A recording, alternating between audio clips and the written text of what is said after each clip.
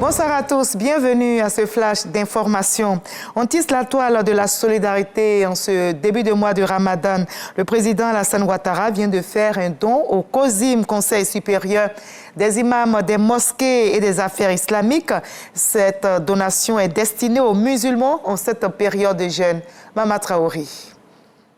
En ce 4e jour de Ramadan, une délégation de la présidence de la République se rend à Bingerville, au siège du COSIM, Conseil supérieur des imams, des mosquées et des affaires islamiques, en soutien à la communauté musulmane qui observe un mois de jeûne depuis le 1er mars dernier. Les envoyés du chef de l'État sont venus les bras chargés de vivres, 96 tonnes de sucre et 118 tonnes de riz pour le district d'Abidjan. Quant à l'ensemble du territoire, ce sont au total 419,5 tonnes de sucre et 431,9 tonnes de riz que le président offre à la communauté musulmane.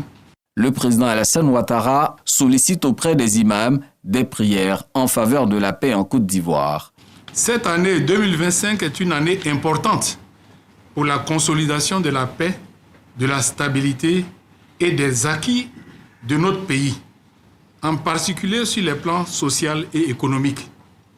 Pour sa part, le président me charge de vous dire qu'il demeure serein et confiant sur l'avenir proche ou lointain de notre pays. Par la voix de leur guide, les imams promettent de s'atteler à cette mission d'intercession et de paix. Et dites à M. le Président que les imams sont pleinement engagés à continuer de prier pour lui-même, pour sa famille, pour son gouvernement, pour tous ses collaborateurs et pour toute la Côte d'Ivoire. Et même au-delà de la Côte d'Ivoire, pour tous nos pays voisins et frères, surtout les pays voisins et frères qui sont éprouvés aujourd'hui par des conflits, par des calamités, par des difficultés, qu'Allah nous donne tous la paix et la sérénité. Solidarité et bienfaisance sont les valeurs prônées en ce mois de jeûne musulman. Hasard de calendrier, les fidèles chrétiens entameront dès demain mercredi leur moment de jeûne. Ce jour est précédé du Mardi Gras, une journée spéciale pour les tout-petits. C'est la fête de déguisement carnavalesque. En Côte d'Ivoire, les établissements scolaires se prêtent au jeu. Les encadreurs rivalisent d'idées pour marquer cette journée. La culture est au cœur de l'événement, comme vous pouvez le voir sur ces images.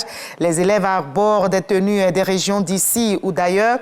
Les métiers sont bien représentés, surtout corps habillés, personnel de santé, éboueurs. D'une école à une autre, on vit le Mardi Gras.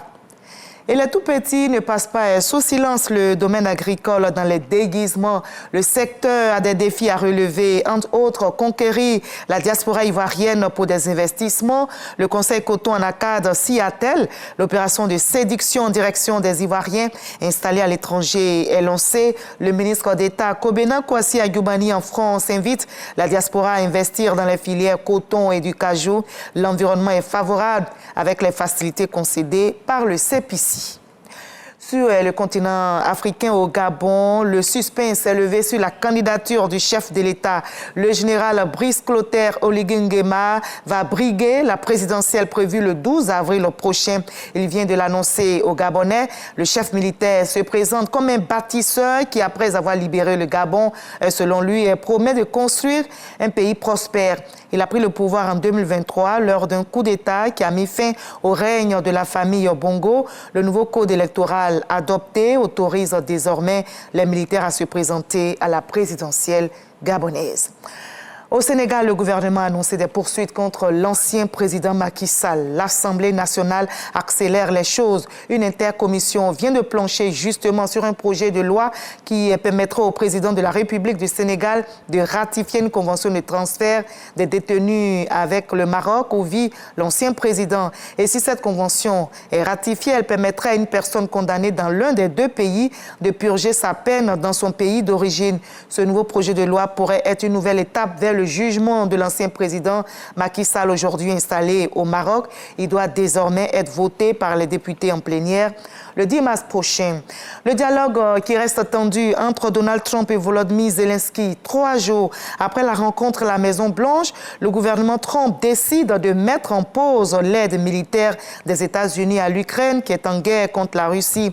Le président américain met donc sa menace à exécution. Washington, selon son porte-parole, ordonne cette pause pour réexaminer l'aide américaine afin de s'assurer qu'elle contribue à la recherche d'une solution au conflit entre l'Ukraine et la Russie. Il s'agit essentiellement de l'aide militaire déjà approuvée sous l'ancienne administration de Joe Biden et très largement soldée, mais dont il reste encore des équipements et armes à livrer. Moi, je serai avec vous dans la paix à 20h pour la grande édition, mais juste après ce Flash Info, je vous invite à suivre l'info régionale pour voir toutes les nouvelles de nos très belles régions ivoiriennes.